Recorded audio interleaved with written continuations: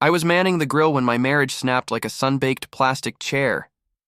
The heat was thick, sticky, suffocating, the kind that clings to your neck and turns every breath into steam. Grease popped from the patties. I flipped them one-handed, while wiping sweat from my brow with the other. This was supposed to be a simple family afternoon. I'd planned it for weeks, even bought the good buns, not the cheap ones Casey usually tossed in the cart. Noel and Carter were inside, glued to some cartoon, laughing over animated animals. I kept one eye on the grill, the other on the sliding glass door, waiting for Casey to come out with the lemonade she promised. Then she stepped outside, wearing that red dress. The tight one. The one that didn't say mom of twins. It said date night. It said someone else. She hadn't worn it since our 10th anniversary. I remembered everything. Her hair, her smile, the way she danced with me in the living room after the boys fell asleep. That night felt like a lifetime ago. I squinted through the smoke. You heading somewhere? Before she could respond, the doorbell rang. She didn't flinch, just gave me this glossy, rehearsed smile. Be right back, she said, heels clicking, like hammers across the tile. And then he walked in, tall, bulked up, fake designer shirt stretched across a chest sculpted by protein powder and vanity. Tattoos slithered up his neck like spilled ink. He scanned the house like he was already calculating its square footage. This is Malik, Casey said, beaming like she'd won something. He didn't bother to shake my hand, just nodded. Nice setup. You the grill guy? I gripped the spatula tighter. I'm the husband, he smirked. Not for long. 15 minutes later, he was inside, on my couch, sipping my whiskey like he paid the mortgage. Casey leaned in beside him, whispering, giggling, looking more alive than she had in months. Then the boys came out. Noel had jelly on his chin. Carter clutched his plastic dinosaur. Dad, Noel asked, who's that tall guy with Mommy? I knelt and wiped his face. My gut twisted. Just a friend, I said. I shouldn't have lied. Malik stepped out, drink in hand, standing next to me like he belonged there. You're done, bro, he said, calm, direct. I'm the man of the house now. I looked up at him, jaw tight, heart pounding. You really want to say that in front of my kids? He shrugged. They'll adjust. Before I could move, before I could say a word, Casey slapped me, open-handed, loud, in front of Malik, in front of Noel, in front of Carter. My cheek stung, ears rang, but worse was the look in my son's eyes. That wide-eyed, frozen confusion, the kind of hurt that seeps in deep and never leaves. Casey, I said, voice shaking. What the hell? Don't talk to me, she snapped. This is over. You were just a stand-in. Malik's who I want. And that was it. No yelling, no throwing things, just a quiet rupture inside me, the last thread snapping, years of holding on suddenly, irreversibly undone. Malik wasn't just wearing knockoff Gucci, he was parading around in my life. I don't remember how many times I hit him, just that the first punch changed his face, cocky to terrified. He hadn't expected a storm from the quiet guy flipping burgers. The glass table shattered beneath us. Shards flew like confetti. He hit the floor, dragging a lamp with him. My fist crashed into his jaw again. Then I heard it. A snap. Wet, sharp, final. His wrist bent wrong. He screamed. Not a tough guy sound. Pure panic. And I didn't stop. Because it was never just about him. He was the final straw, the face on every disappointment I'd swallowed in silence. Every night she said, not tonight. Every morning she gave someone else the warmth that used to be mine. Casey didn't rush in, didn't scream, didn't beg. She just watched, arms folded, lips curled in that smug little smirk I didn't even realize I'd grown to hate. Watching. Me become the villain in a story she'd already written. The cops came. The medics, too. Malik groaned, clutching his wrist like it might shatter again. One paramedic helped him up. The other looked at me like I was the threat. I didn't explain, didn't beg. just raised my hands and said he came into my home, disrespected me in front of my kids, and I broke. Casey hissed at me as they led him out. "You've ruined everything." But no, she did. And I finally stopped pretending otherwise. "No," she had said, and in that moment something brutal settled into place. Something I couldn't unsee. The woman I married didn't exist anymore. Or maybe she never had. Maybe she was just a stitched-together illusion, held up by late-night feedings, diaper changes, and the naive belief that love would be enough to hold it all together. She didn't cry. Didn't follow Malik to the ambulance. She stood there, calmly picking glass out of her hair like this was just another Tuesday. I walked past her, through the wreckage of what used to be our living room and into the kitchen. My hands were shaking as I turned on the faucet and let cold water run over my scraped knuckles. The sting didn't register. What haunted me was the silence. Not in the house, but inside me. The voice that always whispered, "Fix this," was gone. That's how I knew it was over. Later that night, after the cops had left and the boys finally drifted off, curled on the couch, too afraid to return to their room, I sat in the dark with a bag of frozen peas pressed against my hand. I wasn't staring at anything in particular, the ceiling, the shadows, the wreckage. Casey sat across from me, legs crossed, phone in her lap, perfectly calm, as if we hadn't just detonated the myth of a family an hour ago. "I'm pressing. Charges," she said. "Do what you need to." She studied me like she already knew the outcome. "You're not getting the boys." I turned my head slowly toward her. "After what just happened, you think any judge is handing them to you?" She smiled. "You'll see." For the first time that day, I didn't feel rage. I felt clarity. This wasn't a wife I could reason with. This wasn't a marriage that could be salvaged. This was a war I didn't start, but I would damn sure finish. The bedroom door closed behind her, and I sat alone, surrounded by shattered glass and the echo of a life I no longer recognized. But beneath the grief, something stirred, something primal, protective. I wasn't just a man anymore. I was a father, and I wasn't losing my sons. I should have left the phone buried in the kitchen junk drawer, tangled in expired coupons and old cords. But curiosity is a vulture, and it picked at my restraint. The screen blinked to life when I plugged it in, Casey's old phone, the one she claimed she lost at her mom's last year. But here it was, forgotten under a pile of mess we both ignored.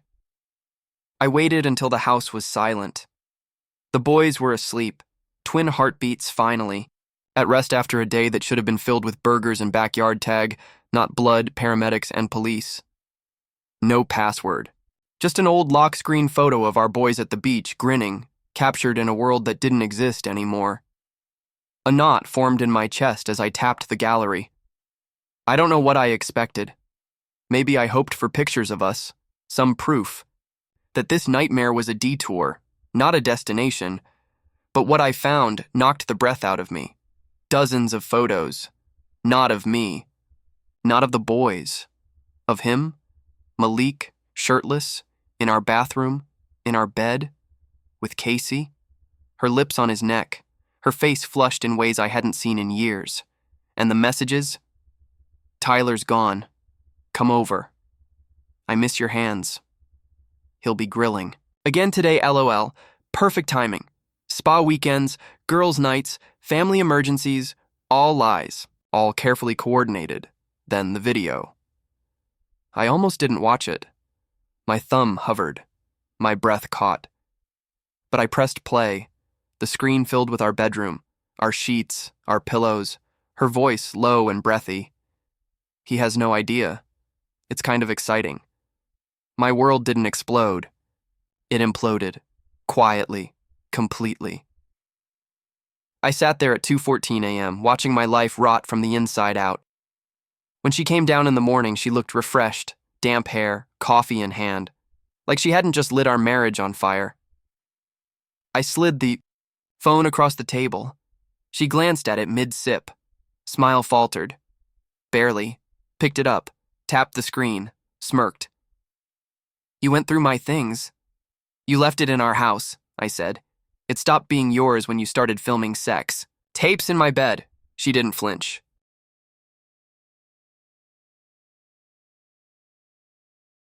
You were boring.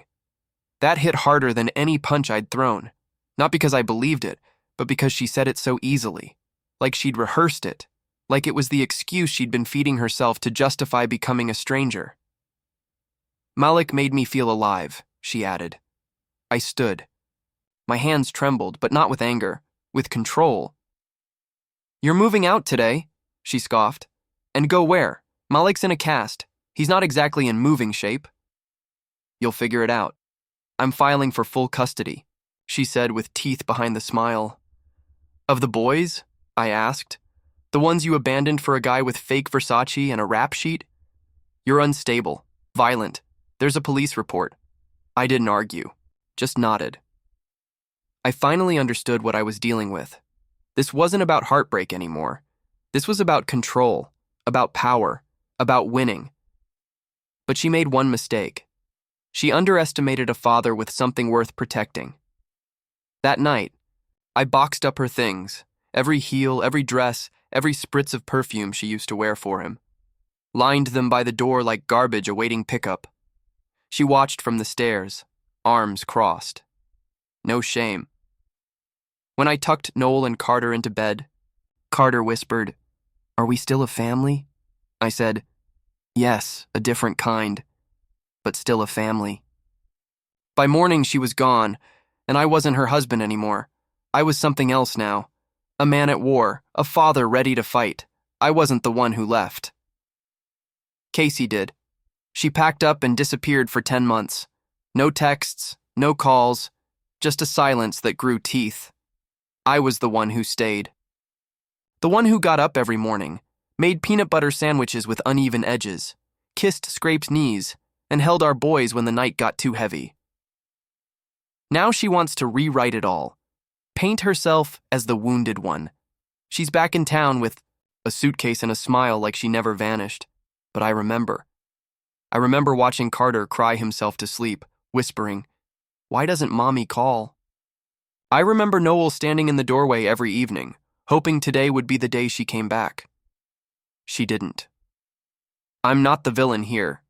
I was the lifeboat, the anchor, the damn glue. She's the one who let go. For good, he said, handing me a cup and tapping it against mine like it was champagne. After the ruling, Noel stopped waiting by the window. For weeks, he'd sit on the couch armrest, eyes darting outside every few minutes, silently hoping. One day, though, he just stopped.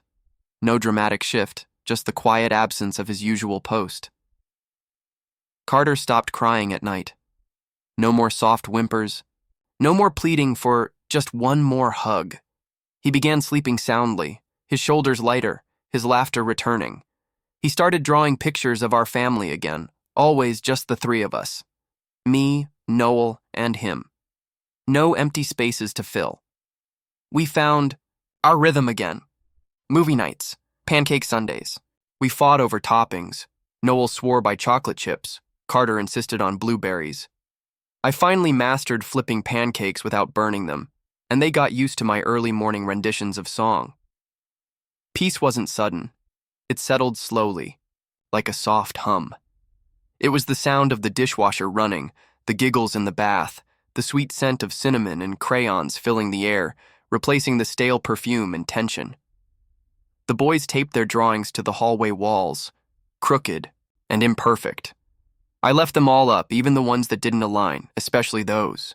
They were proof of life, of joy. One night, as I tucked them in, Noel asked, "Do other kids' moms leave too?" I sat down and brushed his hair back. "Sometimes. But it's never your fault." He nodded, trying to understand. "Will she come back?" Carter asked from the other bed. "Maybe, but we're here, together, and I'm not going anywhere." They didn't ask any more questions. I think they just wanted to hear that we were still a team, still whole, even if we weren't the same as before. A few days later, Kyle showed up with pizza. "You ever gonna date again? Or just retire with pancakes and cartoons?" I laughed. Really laughed.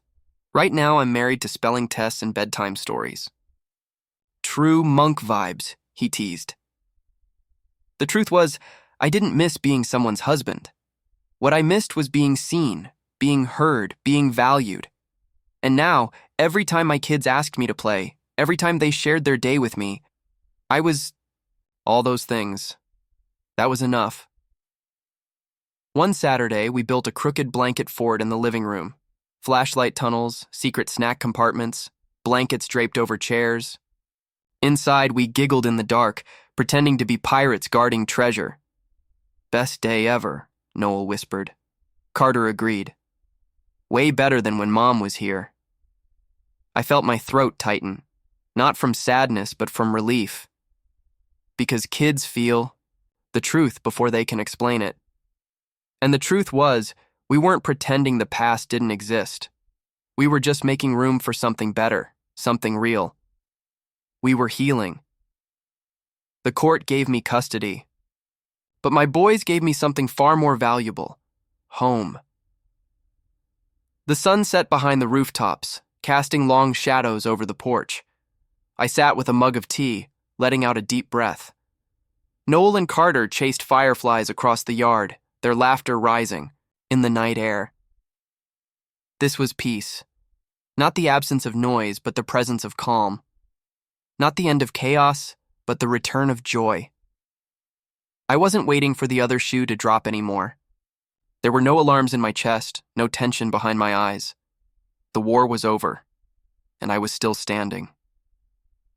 Healing took time, small steps, band-aids on scraped knees, bedtime stories, cereal bowls left in the sink because joy mattered more than spotless counters. Casey still texted sometimes, short, impersonal updates about visitation. I kept it businesslike. She no longer held any power over my chaos. Then my phone buzzed. Kyle again. Movie night Friday. Got a classic with your name on it. I hadn't thought much about dating since Casey left. People asked. Kyle tried, setting me up a few times, but I wasn't in any rush. I wasn't lonely. I was full. Life wasn't on pause. It was finally moving at my pace. The house behind me glowed softly. Scattered toys, faint music, a half-finished puzzle. It was imperfect. It was ours. Carter ran up to the porch, his jar full of glowing fireflies. Dad, look! Nice catch, buddy, I said, ruffling his hair. Noel arrived, his jar empty. Mine flew away. Then catch the biggest one out. There, I said, grinning. His face lit up. You think I can? I know you can. And he was off, running with purpose. Carter sat beside me, out of breath. Do fireflies know when we're chasing them? I looked at him. Curious, wide-eyed. Maybe, but I think they like it. It gives them a reason to glow. He nodded thoughtfully, and I sat there, watching Noel race through the yard with his jar raised high, realizing something. I didn't need a dramatic conclusion, a final argument, or one last fight. This was the end of the storm. In the calm, in the quiet joy. Casey's story no longer belonged here. Her choices and chaos were hers alone to carry. This house, this porch, this yard, this peace was ours. The screen door creaked again. The crickets sang. The breeze rustled. The trees like a soft exhale. I pulled Carter close and smiled.